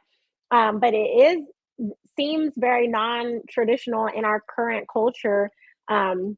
And I feel like if that was a friendship I had, I feel like a lot of people would be like, oh, so are you dating this person? So, oh, have you guys had sex? Like, oh, so y'all must be in love, or are y'all lesbian? Different things like that. Yeah. Which is like, why can't you just show that affection to your friends? And I felt like through having that example, it made me think of like, oh yeah, what are ways that I literally wrote in the book. I was like, how can we communicate our commitment to our friends? Are there any ceremonies? Are there any intentions? So that's something I want to just like work through and process even after we finish this book club, because through Gabby and Rachel's friendship, they proposed, like they got married, like they had a little ceremony and officiant and everything, and rings and vows to each other, like commitments that they wrote down of like, what does it mean to show up in their friendship. And so some of it was like lighthearted. Like one was like, oh, I vowed to like never cut my own hair. And then the other girl was like, oh, I vowed to always cut your hair. So it was some was lighthearted, but some was, real deep too. And so I thought that was eye-opening as well. And it reminded me of the book, How We Show Up, that I read, which I always talk about. So if you really liked Platonic, and if you really appreciated the affection and the affection chapter and like how we show up in friendships, I would recommend that book, because it talks about like non-traditional relationships and how we just can show up for each other in our lives that doesn't have to look like these normative narratives. So I appreciate her having this example, because it reminded me of that book, which I feel like the other book really goes into people's stories, like non-traditional lifestyles. So yeah, I just wanted to recommend that. Yes, that's on my list. I ordered that book too, Tony. And then Kyle says, I think the ways we culturally restricted affection to heterosexual monogamy is conscious and an effort to promote the nuclear family, and it hurt our other relationships in some ways. Definitely. Definitely. Yes, that is definitely a part of it. Definitely why a lot of folks don't do it. Because I think also that's like, especially as a woman, I feel like if you're not in a romantic sexual relationship, then people are kind of like, it's normalized that you don't do anything for yourself. You don't go on dates. You like essentially like have a boring life. And I've always been a person like, I'm not going to wait for a romantic sexual partner to do all these things I like. Like I have always had really good friendships. So I was like, oh, I have this type of interactions, mutuality in my life. So why would I settle for these other things or wait around for these other things to come if I already have that fulfillment in my life? And so I feel like society does kind of normalize that, like, oh, we're waiting for this like Prince Charming or this special person to come into our life, and then we're going to get all this romance and the mutuality and all this stuff after. And it's like, why am I going to wait? Because in the chapter 2 that we talk about how having, I think Rachel or Gabby in that situation, they have a quote talking about that deep committed friendship showed them the love that they were deserving of and that they were Mhm. worthy of. That like, oh, like, so when they were looking for their, romantic and sexual life partners, that they knew that, okay, if I have this great like committed relationship with Gabby or Rachel, then like Mhm. I know I can get that or better with even another person. So that's how I feel about my personal Yeah. friendships. It's given me that basis as well, that like, oh, if I have this amazingness already, then like I'm either gonna have that same thing or better. Right, like, no desperado over here. I have Yeah. that, and so, Shanta shares, "I was put off by the proposals, I'm not sure I will get to that." And I think I think I appreciate the example because it, like, shows, like, it's just in our society, it's there they, connected it to the biggest way you can show commitment. And so I feel like you know, it's kind of going back to Tony's reflection question is like, how can you Hmm. personally communicate your commitment to your friends, like, because I feel like, yeah, I probably wouldn't do like certain thing as Tony. So I'm thinking like, how would I do that? Like I was thinking that like I'm gonna make that part of my journaling and finishing this book of how have I demonstrated it? Do I demonstrate it? And if I were to demonstrate it, what are the different ways? And for me, I think it'll probably be different for every person because we've just learned in this Hmm. in this chapter that these two chapters is like, you know, really understanding the other person, and like also talking about like consent, like the consent of affection, like what would me committing my friendship to you look like? I think it's best to like know, like, people's like, what's your ring size? What kind of diamond you want? So instead of proposing like, I want to know your ring size, your diamond, it's like, well, what's gonna make you feel secure in our friendship that I'm gonna be here no matter what? And Hmm. so allowing Yeah. ourselves to personalize that is something that makes me excited about when it Hmm. comes to developing deeper friendships with people. Yeah. Which goes into our next quote, but yeah, I think it comes from us, the society not normalizing showing affection to friends. Because like, why is proposing to a friend, why does that have to be weird? Like if you care for your friend, like that doesn't have to be weird, right? If you Mhm. love each other so deeply, if you, have these commitment ceremonies for a romantic sexual lover, yeah, like if you're committed to your friend, then you should have the freedom to show that too, without, fear of being judged, which goes into this whole section talking about homohysteria. Mhm. So first I want to define homohysteria, which is on this page. This So was the so rise, interesting. mhm. So the rise of homophobia, or more specifically, homohysteria, has ravaged straight men's friendships in particular. Um, but she also talks about how when it comes to friends, we feel more pressure to conceal that love, because we're afraid of being labeled as gay, as homosexual. And I think that's where sometimes people's discomfort for showing this affection is. So the specific quote is, transcending homohysteria also looks like giving ourselves permission to express to our friends just how deeply we love them, right? Like if we love our friend, to just tell them, like, I love you, like, or I want to hug you, or whatever it is. I want to go on a vacation with you. I want us to commit, to do these things with each other, especially because life is short. And so Mhm. I appreciated seeing Rachel and Gabby's friendship, because I'm like, oh, it's so great that they just know how much they are love each other and committed to each other. Versus, a lot of times we do end up losing people, and you sometimes like are like, oh dang, like I didn't tell this person this or that. And so really just like living life to the fullest, is also like giving yourself that permission to really be yourself and whatever that looks like for your relationships. And then also, the next quote is, our discomfort with affection and friendships coincides with the rise of homophobia as it is expressed today. So, throughout history, our sexual orientation wasn't linked to our identity. Like, that's what Dr. Franco talks about in this chapter. But with Sigmund Freud and all these other psychoanalysts, they deemed attraction to the same sex as a sexual like disorder. So therefore it trickled down to now it's hard for us to even hug a friend or sleep in the same bed as a friend or do different things because you don't want to be labeled as a homosexual, which is ridiculous to me. I'm just straight out. It's like, it's crazy that you can't live your life freely for you feel the fear of someone labeling you as a thing, like not even that that's your true nature, is that like you don't want to be labeled or perceived as something. Yeah, like I hated the term no homo. I was like, why are you saying that? Like, I'm like, Yeah. I'm so glad people don't say that, well, around me, but I mean, Well, now they changed the phrase. Now they say pause, but it's still a oh, I thing didn't of even know there's that. still Oh, yeah, wow. there's still homophobia is still here, unfortunately. Yeah. It hasn't gone away. So that's just what's really unfortunate, is that this book in this last chapter is saying that that is blocking us from receiving the full love, this full friendship that we are capable of and that we want to share.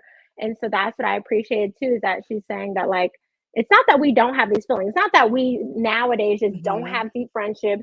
We just don't care about people besides the people we having sex with and married to. It's like, no, we actually do care. It's just there's that underlying fear because of societal pressures and norms. And I'm sure trauma from different places too. Yeah. Mhm. Shanta shares, I think commitment doesn't have to always be a part of friendship. Lives change and it's okay for even great friendships to end or change. I think she also talks about that too, like when Hmm. does a friendship end and Hmm. how does it change? So I mean I would agree. Like I would say like I look at it a little bit differently. I'm like, to your point, I'm like, yeah, yes, and like I think great friendships can ebb and flow. Like they talk about the ebbing and flowing, and when Hmm. they end with the intention that like it's no longer serving me, right? It's that Yeah. selfishness. Like it's okay to be selfish and be like, yeah, it's not longer serving me, and let them be on their merry way. So yes, I think commitment is a way to show affection and to solidify your affection. Hmm. And I think commitment, we in the chapter it talks about security, right? Hmm. All this whole book is like, how can we be secure enough to be a good friend? Right? Yeah. And the ultimate security, like commitment to me equals security. Why do people want commitment from their spouse? Security. Hmm. So for me, it's like, um, that's my new relationship to commitment. My definition of commitment through this book has changed. Hmm. Yeah, so like you can be committed to friends. It's like I've told you And before that like yourself. yeah, like and I've told you before, it's like we're like essentially life partners. Like we have a whole business together, like we consult each other on like big things in our lives. So we do have a certain level of commitment to each other that I'm sure other sisters don't have. And but that's just how our dynamic is. And so I just again, the book How We Show Up really does dive deeper into this, but yeah, with society, it's just been normalized that the committed person of our life is the person we're having sex with and have children with. But it doesn't like, and that's the marriage person, but Yeah. it And doesn't have to be and that. You I can have a life partner, yes. your best friend, or someone else in your life that means a Yeah. lot. So that's why I'm just Hmm. offering that to folks that like, yeah, if commitment, Yeah. friendship, romance doesn't have to look like a certain thing. If you and the people in your life make sense to y'all, then do your thing. Right. And for me, self-reflection, I feel like in certain ways I've been averse. They talked about risk. What is it called? Risk something theory. Where is that at? Risk regulation theory. We Yeah. have it here. Want me to pull it up? Yes, please. Risk regulatory theory shows us that making friends is about making people feel safe, whether that means giving them more affection or learning how to better receive theirs. So I feel like that's kind of like what we're touching on at this point. Yeah. Because for me, I'm losing my point. I'm losing my train of thought because I was trying to also find something else. Hold on. I think affection and consent, right? Um, there are three components of affection. You feel love and appreciation or fondness. You act to express those feelings, and the other person interprets and welcomes your behavior as reflecting those warm feelings. So that's the third part. Like if you want to make sure this person's going to like receive that affection, that's where affection and consent come into play. It's like it's that asking, like, how is giving you a hug going to make you feel like affection? Like, and then the other quote is, to be effective at showing affection, we need to calibrate the way we show affection with the way other people receive it.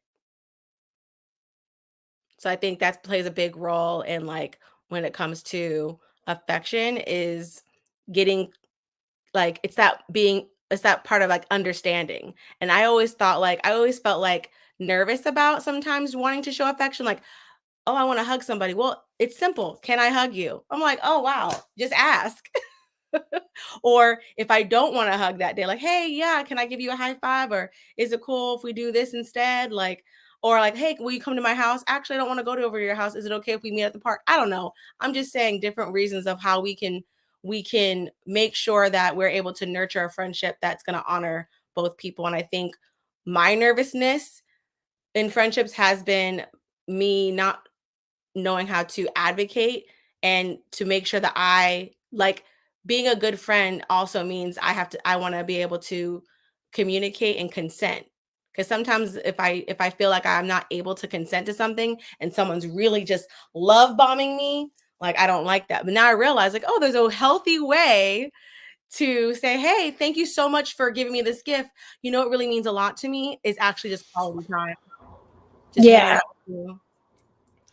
Yeah, I think that's what I've also taken away from this book too, is that you do have the power or the agency to ask for what you want in friendships, and you can communicate that with folks, and that's okay, because again, what we learned in the generosity chapter, you also need to think about yourself when you're thinking of others too. So also with this affection, it's like, don't only think about what you need, but what maybe someone else might need, right? Like sometimes Alyssa wants to cuddle me, so sometimes I let her. Not every time, but sometimes, because I know that's important to her. Or my other friend Tina, who I used to live with, she really liked hugs and physical touch, and I wasn't always that person, but I knew sometimes that that's what she needed. So I would be like, okay, I can give you, or I'll ask her, like, do you want a hug? And then yes, oh my gosh, it's so nice when you offer it. Oh. Yeah, but also sometimes I'm also like, if people ask me, then I can say yes or no versus just assuming I don't, because it's like, oh, sometimes I could say yes, but you're just assuming I'm gonna yeah, and that's the consent part. And that goes into the next quote. To be a good friend, we need to expand the ways we receive love so that we don't reject our friend's warmth. What Tony's talking about, like, oh, she knows that I enjoy cuddling, so she'll be like, want a cuddle session? I'm like, yes. And sometimes she's like, not right now. And I'm like, okay. Exactly. And so this section also went into the three components of affection. So it talked about, for affection, you not only you feel love, appreciation, and fondness, but you also act to express those feelings, right? So these are the different activities that we talked about earlier. And the other person interprets and welcomes your behavior as reflecting those warm feelings. So that's why sometimes we can experience a disconnect if you're sharing something that maybe you bake cookies for your best friend, and because you were like, oh, this is your favorite cookie, this is amazing, and then they're like, oh, I'm on this gluten-free diet, you might feel personally like, oh my God, like they didn't receive the affection I was giving them. But instead, this book, she's kind of sharing that, like, just ask, like, okay, how can I best show my affection to you? So that's something that also was like a light bulb for me. It was like, oh, you can also ask people like what their love language is, similar in friendships. You can ask, like, okay, what's your affection language? Like, what can I do to best make you feel good? Exactly. And I like how also she went back. So because this is the last chapter, y'all. So I appreciate how she circled back to our attachments. She circled back and said, if you are anxious, this is how affection will most likely feel to you, or how you'll give affection. And if you are avoidant, this is how you will avoid affection and resist affection. So I really appreciated like the author rounding it out of what that looks like. That was very helpful for me. And then the quote that helped me kind of, because after reading this, let us know in this chapter when you read the avoidant, the way an avoidant and an anxious person receives and gives affection.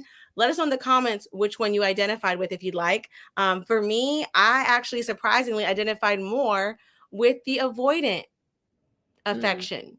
Because like I consider myself like I can be anxious and in my head, but when it comes to affection, I'm avoidant because the receiving it makes me feel unsettling. Receiving affection, I love to give. Like I want to hug Tony, I want to cuddle her, but like when it comes at me, I'm like it throws me off. And I've actually talked to my therapist about this. I don't know exactly what that means, but I know that like the direction of affection for me changes how I feel about it. If I'm giving it, I feel like really good. When I'm receiving it, I'm like, this feels kind of weird.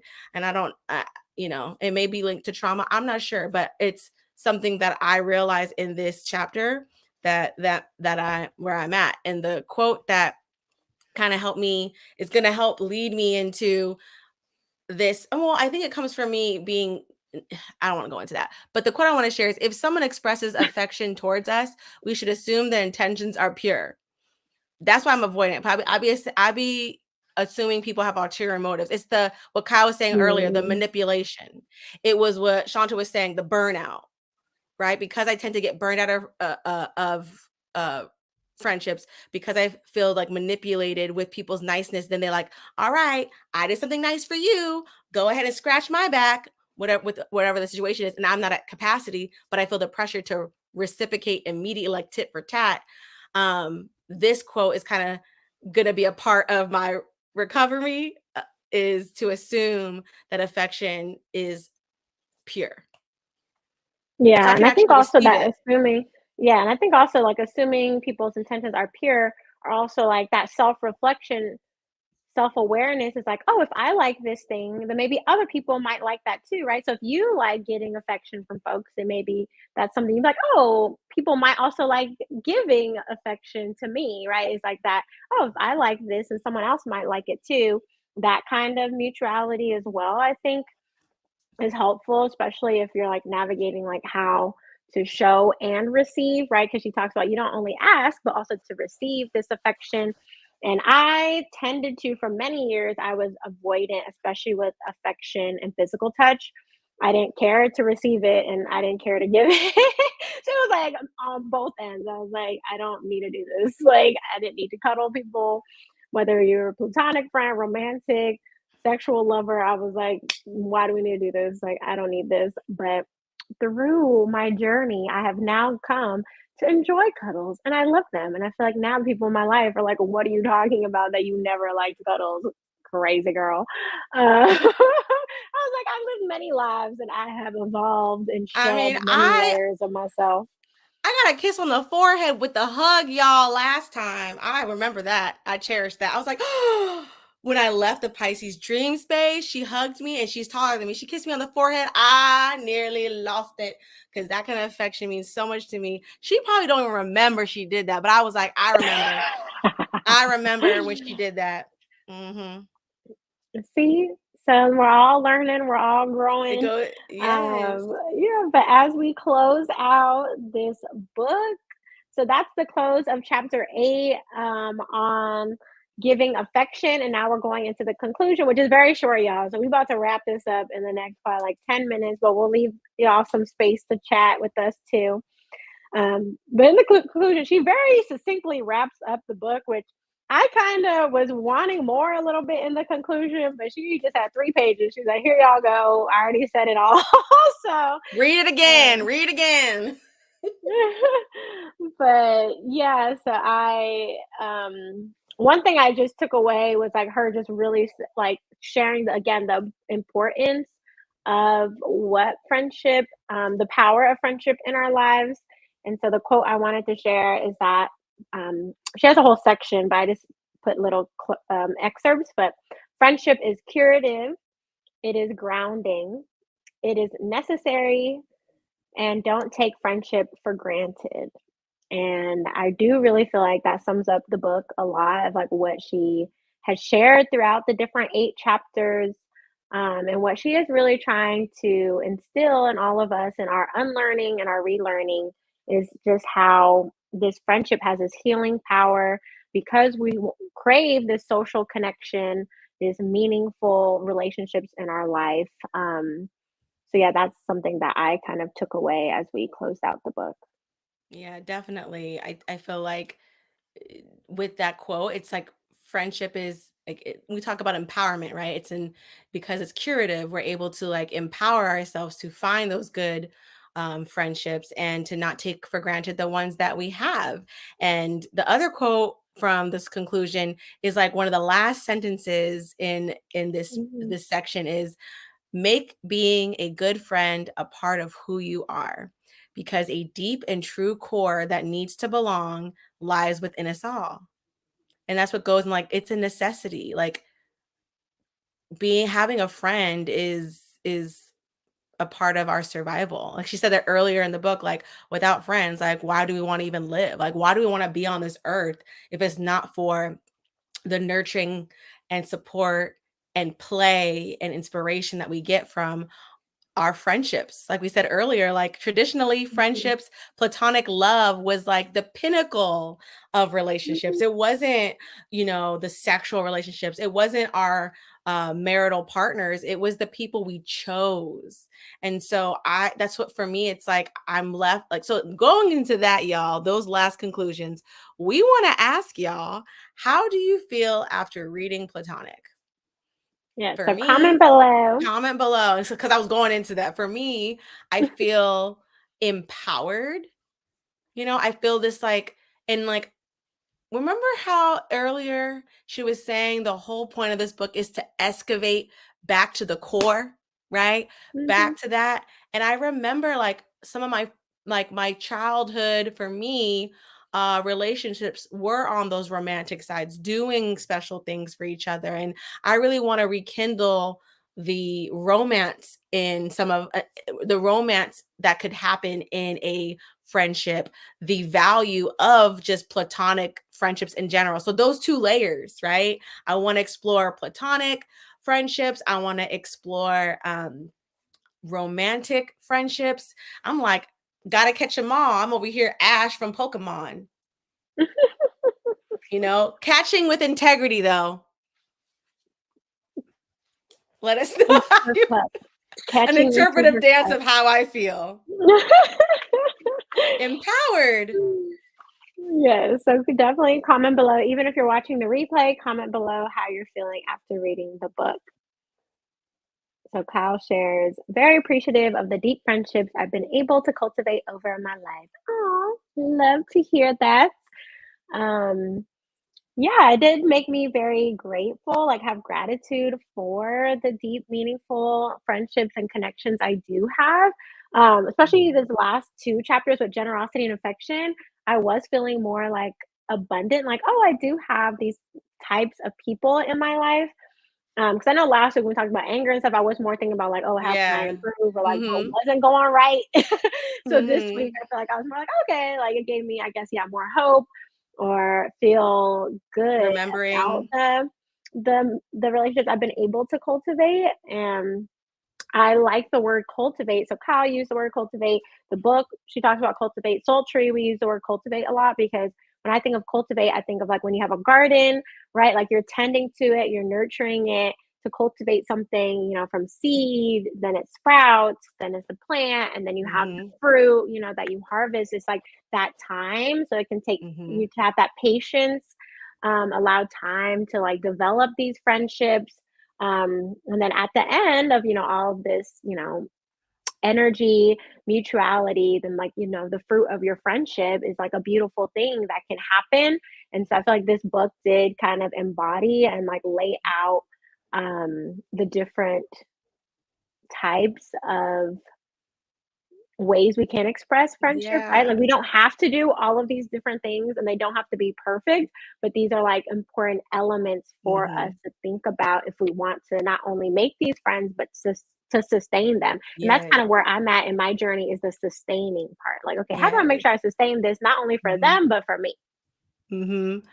I also want to take the time to like acknowledge and say that, the Sultry Sisters community, like through Sultry Sisters, I have made two really great like friends, like through our ongoing events. And so like going back to reviewing the book, like, yeah, going reoccurring, like that mere exposure effect, like that, all those examples of like making friends and keeping friends, like I have two strong examples from meeting two women from Sultry Sisters who are now like are good friends, like we Mhm. have personal relationships with, like, one has moved all the way to DC and has a new chapter of life. The other is going to be coming to it's been like a part of our evolution and growth of Sultry and the festival, will be coming to our private screening. And so like those two women, like for me, I want to like call like just also share with y'all, like if you're looking for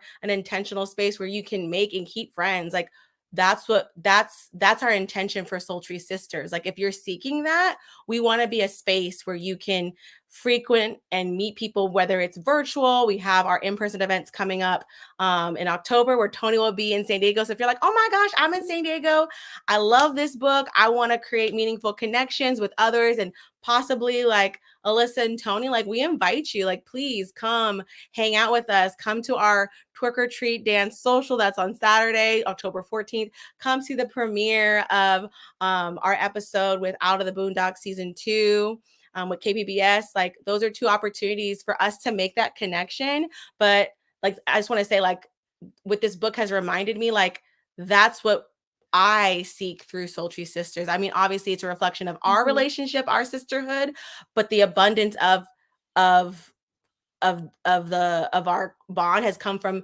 y'all, our community showing up, that mutuality of showing up, doing this work with us, like reading a book and reflecting. So I definitely feel like everyone who's been commenting, like Shanta, Kyle, Krista, like the rest of you who are commenting, who have become a part of our book club series, this is a space where we get to cultivate those beginnings, right?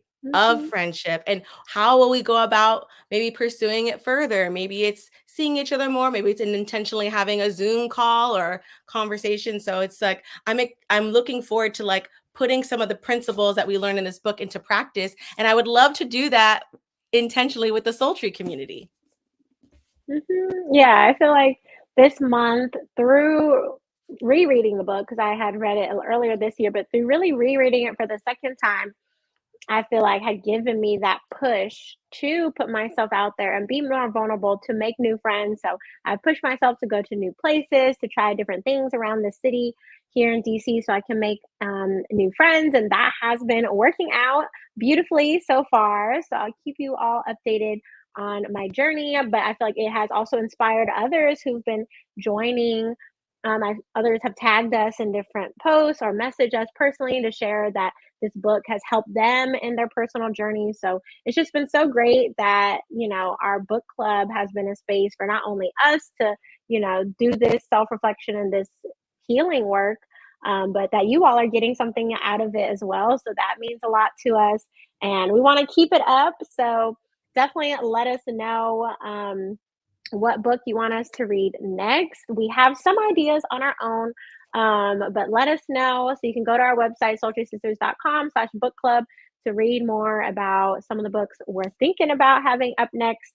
And of course, if you follow us on soultrysisters.com and at Soultry Sisters on all platforms, you can stay up to date on when the next book club is gonna start because we want y'all to be in the know But of course, subscribe to YouTube because that's where we do our lives. Also Facebook, but YouTube is how what hosts the videos for when you want to replay them. So the replays on YouTube is accessible to you all.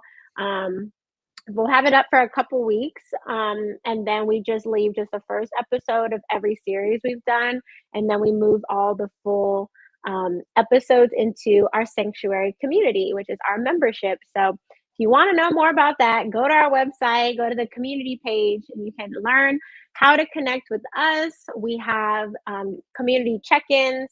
We have discounts to our workshops, and you get free access to our Soul Flow classes. So if you're like, I love this space, I want to make more connections, definitely check out our sanctuary community because that's really what we're about there specifically, is cultivating those connections on like a smaller group basis. And of course, donate and support our work. This is something that we love doing, but through learning this book, we have to ask what we want to receive. So we're asking for donations, whether that be monetary. You can donate on Venmo and PayPal to @SoultrySisters, or if you're feeling abundant through sharing our work, you can share our links, our website, share people to join our email list newsletter. You can join us at the screening. You can buy a ticket to Twerk Social. That's another way to support and receive. It's that mutuality. You have to have fun, and we get to keep this party going. Shanta shares, it made me feel like I know some things that I can do to be a better friend. Me too. Same. Yeah, thank you all for sharing and being vulnerable and being open during this discussion. I feel like this series really helped like reignite, and for us as Soultry to reconnect to, again, why we do this work. So again, we're opening up to you all to come hang out with us, whether that's virtual or in person. We look forward to getting to know you all and continuing our friendship journeys. So take care and stay tuned for the different book clubs coming up, and we hope to see you in early October. Bye.